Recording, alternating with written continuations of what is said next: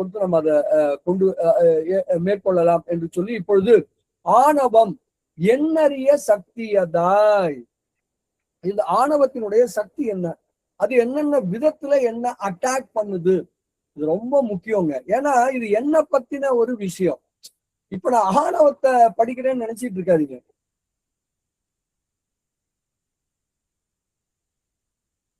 ஆணவம் மாட்டுக்கு அது மாட்டு கிடக்குதுங்க, அதை பத்தி எனக்கு என்னங்க, அப்படி இல்லை. இந்த ஆணவம் என்ன எப்படி அட்டாக் பண்ணுதுங்கிறது தானே இங்க ரொம்ப முக்கியம். அப்போ இந்த ஆணவம் என்ன எப்படி எல்லாம் பாதிக்குது, என்கிட்ட அது எப்படி எல்லாம் ஆட்டம் போடுது, இதை நான் தெரிஞ்சுக்கணும்ல. அதுதான் என்ன சொல்றாரு மாதவ சிவஞான சுவாமிகள் தன்னோட மாபாடியத்துல 2ஆம் நூற்பா 2ஆம் கூறு அதுல இந்த ஆணவமல காரியத்தை விளக்குகிறார். அவ்வளவுதாங்க கதை. அதுல அவர் என்ன சொல்றாருன்னா, இந்த ஆணவம் 7 விதமாக செயல்படும் என்று சொல்லுகிறார். முதல் கருத்து என்னன்னா மோகம், 2வது மதம், 3வது ராகம், 4வது கவலை, 5வது தாபம், 6வது வாட்டம், 7வது விசித்திரம். இப்படி 7 விதமாக இந்த ஆணவம் ஆன்மாக்களிடத்தில் செயல்படுகிறது. அப்ப என்கிட்டயும் இப்படிதான் 7 விதமாக செயல்படுது. இப்போ let us go one by one. முதல்ல மோகம். மோகம்ங்கிறது என்னன்னா, இந்த மோகம் தான் மீதமுள்ள 6க்கும் மூலம். இந்த மீதமுள்ள 6 செயல்படுவதற்கு இந்த மோகம் முக்கியம். இந்த மோகம் தான் மதம் முதலிய 6 வகை காரியங்களுக்கும் காரணமாய் இந்த கட்டு நீங்கும் வரை அது ஆன்மாக்களோடு என்னோடு சகசமாய் இருக்கிறது. மோகம் போயிடுச்சுன்னா மீதி 6 இல்லைன்னு அர்த்தம். அதனால இந்த மோகம் ரொம்ப ரொம்ப பிரைம் மோஸ்ட் இம்பார்ட்டன்ஸ் அதுக்கு. சரி, அதெல்லாம் ரைட்டு. இந்த மோகம்னா என்னங்க சொல்ல வரீங்க? மோகம்ங்கிறது ரொம்ப சிம்பிளா சொல்றாரு. இப்போ பல்வேறு நூல்களின் மூலமாக அருளாளர்களின் மூலமாக அறிந்து கொண்டேன், இது நான் செய்யலாம், இது நான் செய்யக்கூடாது.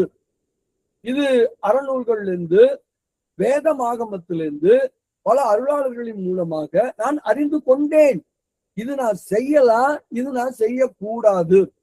இத தெரிஞ்சும் செய்யக்கூடாதத செய்யறது, செய்ய வேண்டியதை செய்யாம விடுறது, இந்த 2ம் நான் பண்றேன்னா அப்படி பண்றதுக்கு காரணம் என்கிட்ட இருக்கிற ஆணவம் மோகமாய் வெளிப்படுகிறது. தாங்க கதை. மோகத்தோட வேலை என்னன்னு புரியுதா உங்களுக்கு? I know pretty well. Problem என்னன்னா, எனக்கு அது தெரியாதுங்கிறதே கிடையாது. அதுதான் இங்க பியூட்டியே. ஃபார் எக்ஸாம்பிள் ரொம்ப சின்னதா சொல்லுவோம். அவரு இன்னொரு எக்ஸாம்பிள் சொல்ல போறாரு, நம்ம அது பின்னாடி பார்க்க போறோம். நம்ம அன்றாட வாழ்க்கையில இப்போ I am a diabetic person. இப்போ ஐ நோ டயபெட்டிஸ்ங்கிறது எவ்வளவு சீரியஸ்ங்கிறது எனக்கு நல்லா தெரியும். இன்ஃபேக்ட் இப்போ ஒரே ஒரு பில்டிங்ல ஒரு ஹால்ல ஒரு டாக்டர் டயபெட்டிஸ பத்தி எக்ஸ்பிளைன் பண்றாரு. அந்த ஹாலுக்கு பக்கத்துல நான் basically I am only an engineer, I am not a doctor. ஆனா நான் அதே டயபெட்டிஸ நான் எக்ஸ்பிளைன் பண்றேன். there is a possibility அந்த டாக்டரை விட நான் நல்லா எக்ஸ்பிளைன் பண்ண வாய்ப்பு இருக்கிறது. என்ன சொல்ல வரேன்னு தெரியுதுங்களா? டயபெட்டிஸ பத்தி எனக்கு நல்லா தெரியும், அதை அடுத்தவங்களுக்கு நல்லா விளக்கவும் எனக்கு தெரியும். எனக்கு அதுக்கு நல்ல நல்ல ஸ்லைடு, நல்ல நல்ல வீடியோ அதெல்லாம் போட்டு அதோட சீரியஸ்னஸ் இம்பார்ட்டன்ஸை மற்றவங்களுக்கு விளக்க என்னால முடியும் ஒரு டாக்டரை விட. அப்பனா I know pretty well about டயபெட்டிஸ்னு அர்த்தம். இவ்வளவு தெரிஞ்சிருக்குல்ல. மீட்டிங் முடிஞ்சு 2 பேரும் என்ன பண்றோம், ஒரு சின்ன ரெஃப்ரெஷ்மெண்ட் கூட்டு போறாங்க. அப்போ ஸ்நாக்ஸ் எல்லாம் கொடுக்குறாங்கன்னு வச்சுப்போமே. டாக்டர் என்ன பண்றாரு, அதுல இருக்கிற ஸ்வீட் அப்படி ஓரம் வைக்க கொஞ்சம் அப்படி ஒதுக்கி வைக்கிறாரு. என்ன டாக்டர் இது வேண்டான்னு நினைக்கிறீங்களா? அது வேண்டான்னு தான் நினைக்கிறேன். இந்த கேஸ் ஓகே, நானே எடுத்துக்கிறேன், வாட் இஸ் தேர் அப்படின்னு சொல்லிட்டு என்னோட ஸ்வீட்டு பிளஸ் டாக்டரோட ஸ்வீட்டை நான் சாப்பிட்றேன். டாக்டர் பொறுமையா கேட்கிறாரு, உங்களுக்கு சுகர் எல்லாம் ஒண்ணும் இல்லைல்ல? சுகர் ஏற்கனவே எக்கச்சக்கமா இருக்கு, அதெல்லாம் நான் இன்ஜெக்ஷன் போடுறேன், டேப்லெட் எல்லாம் சாப்பிடுறேன், அதெல்லாம் நல்லா தான் பண்றேன். டாக்டர் ஷாக் ஆறாரு. என்னடா அது, இவரு நம்மளை விட டயபெட்டிஸ நல்லா எக்ஸ்பிளைன் பண்றாரு, ஆனா சுகர் சாப்பிடுறாரு. இது சாப்பிடக்கூடாதுங்கிறது இவருக்கு தெரியும். சாப்பிடவா கூடாது? என்ன பண்ணக்கூடாது? நினைக்க கூட கூடாது. நினைக்க கூட கூடாதா? கனவுல கூட நினைக்க கூடாது. அப்படி இவருக்கு நல்லா தெரிஞ்சிருந்தும் ஏன் அவரு அந்த ஸ்வீட்டை சாப்பிடுகிறார்? இதுதாங்க இந்த மோகம். மோகம் என்பது என்ன? எனக்கு நன்றாக தெரிந்திருந்தும் செய்யக்கூடாததை செய்வது, செய்ய வேண்டுவதை செய்யாமல் விடுவது.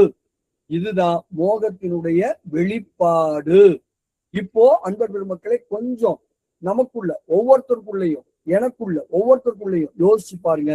நான் இது மாதிரி என்னென்ன வேலை பண்றேன் நினைச்சு பாருங்க. இதெல்லாம் ஏன் பண்றேன்னா, it is all because of மோகம். காலங்காத்தால எழுந்திருச்சு எக்ஸசைஸ் பண்றது நல்லது, இப்ப தெரியாதா? செய்யறமா? இல்ல. ஏன்? மோகம்.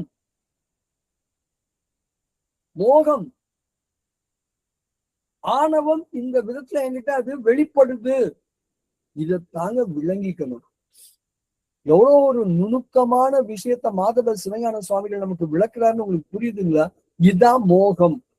அப்போ இதுல இருந்து என்ன தெரிஞ்சுக்கலாம்? இந்த மோகம் இருந்தாத்தான் மீதம் 6 வெளிப்படுதுங்கிறீங்க.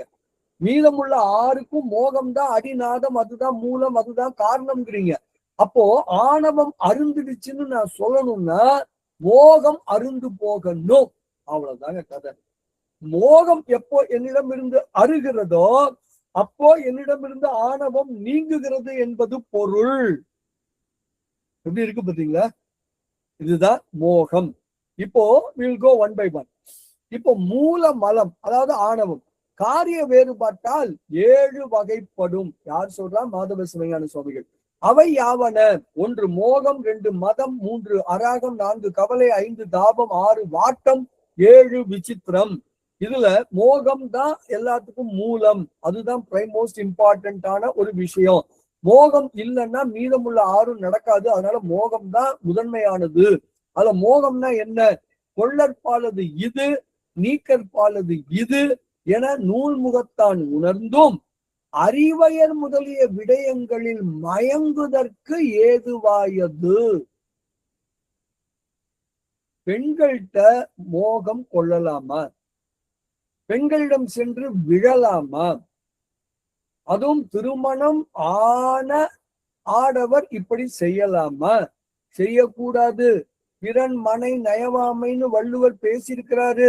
இதெல்லாம் எனக்கு நல்லா தெரிஞ்சிருந்தும் ஒருவேளை நான் மற்ற பெண்களிடம் மயங்குவேனே, ஆனால் அதுவே மோகம் என்று சொல்லப்படுகிறது என்று மாதவ சிவஞான சுவாமிகள் இதைத்தான் ஒரு எடுத்துக்காட்டாக இங்கே காட்டுகிறார். அடுத்து மதம். மதம் என்னன்னா, இப்படி நான் எந்த பெண்ணிடம் விழுந்தேனோ அந்த பெண்ணை அப்படி புகழ்வேன்.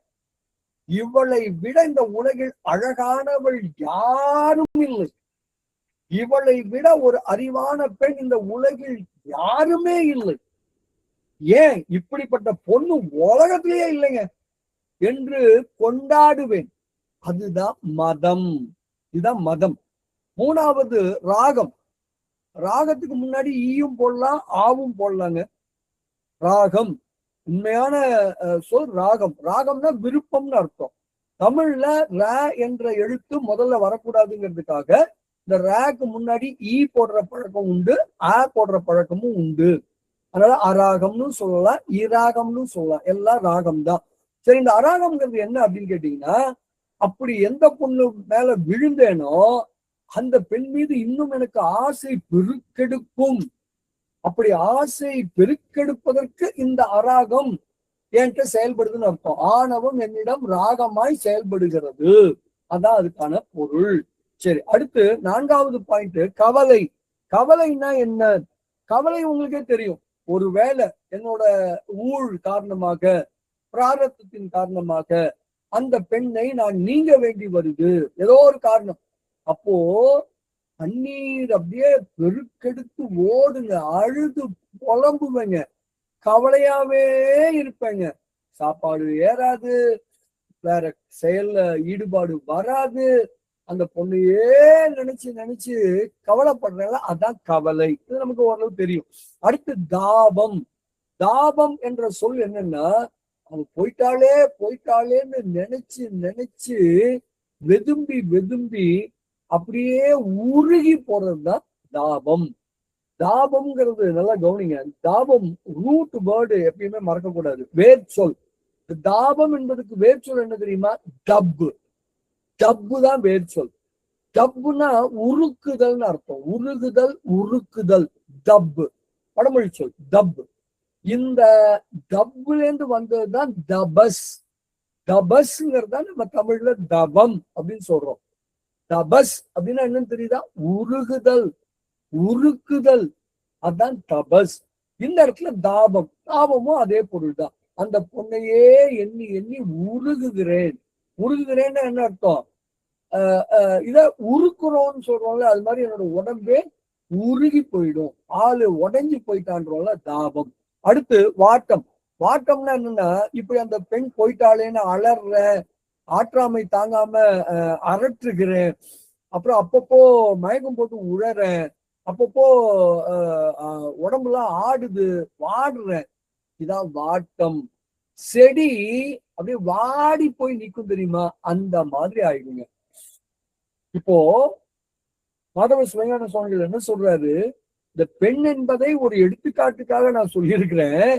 நீங்க எல்லா விஷயமும் இப்படித்தான்னு புரிஞ்சுங்க. இந்த பெண்ணை போலதான் உங்க சோன்பப்டி, இந்த பெண்ணை போலதான் உங்களோட கிரிக்கெட், இந்த பெண்ணை போலதான் உங்க சினிமா சீரியல், இந்த பெண்ணை போலத்தான் உங்களுடைய ஒட்டியானம், இந்த பெண்ணை போலத்தான் உங்களோட கேட்ஜெட்ஸ்.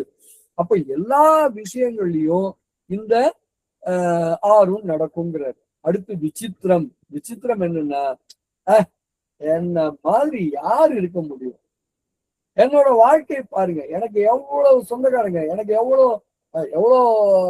குழந்தைகள், எனக்கு எவ்வளவு உறவினர்கள், என்னுடைய மனைவி, என்கிட்ட இருக்கிற ஆடை அணிபரணங்கள், பொண்ணு, இது மாதிரி எத்தனை செல்வம், எனக்கு இருக்கிற நிலம், எனக்கு இருக்கிற வீடு, இதெல்லாம் பார்த்தா நான் தாங்க உலகத்துல பெரிய ஆளு, என்ன மாதிரி யாருங்க இருக்க முடியும், எனக்கு தெரியாது எதுவும் இல்லைங்க, இப்படி எல்லாம் நினைக்கிறது விசித்திரம்.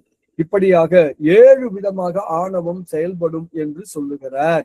இது மாதவ சிவஞான சுவாமிகள் சொல்லியது. ஆனா நம்முடைய அருள்நந்தி சிவம், சிவஞான சித்தியார் சொன்னாரே, அவருதான். அவரு தன்னோட இருபகுதின்னு இன்னொரு நூல். அருள்நந்தி சிவம் சிவஞான சித்தியார் சுபக்கம் பரபக்கம் மட்டும் பண்ணல, அவர் இருபகுதின்னு ஒரு நூல் செஞ்சிருக்கிறாரு.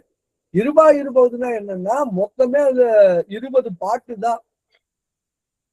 அந்த 20 பாட்டும் இப்ப நம்ம சிந்திச்சுட்டு இருக்கிற வினாவென்பா மாதிரிதான். அதுலயும் கேள்வியே கேட்டுட்டு இருப்பாரு. எல்லா கேள்விக்கும் இந்த வினாவென்பால கொஞ்சம் கூட பதில் இல்லை. அங்க அப்படி இல்லை. அங்க கேள்விகளுக்கு அங்கொன்றும் இங்கொன்றும் கோடிட்டு பதில் எல்லாம் காமிப்பாரு. சில சப்கொஸ்டின்ஸ் ரைஸ் பண்ணி அதுக்கும் பதில் கோடிட்டு காண்பிப்பாரு. ஆனா முழுமையான பதில் இருக்காது. அப்படிப்பட்ட நூல் இருபகுதி.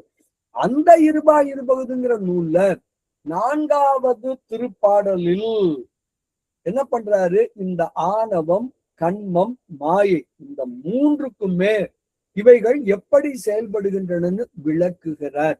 அதையும் இப்பொழுது பார்க்க போகிறோம்.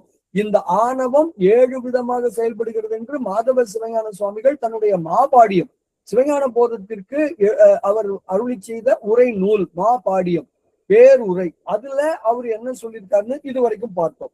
இப்போ அருள்நந்தி சிவம் தன்னுடைய இருபகுதி என்ற நூலின் 4வது பாடலில் இந்த ஆணவம், கண்மம், மாயை, இந்த 3னுடைய செயல்பாடுகள் என்னென்னு விளக்க போறாரு. அதை இப்போ பார்க்க போறோம். அதுல முதல்ல ஆணவம், பாசத்தோட இயல்பு என்ன?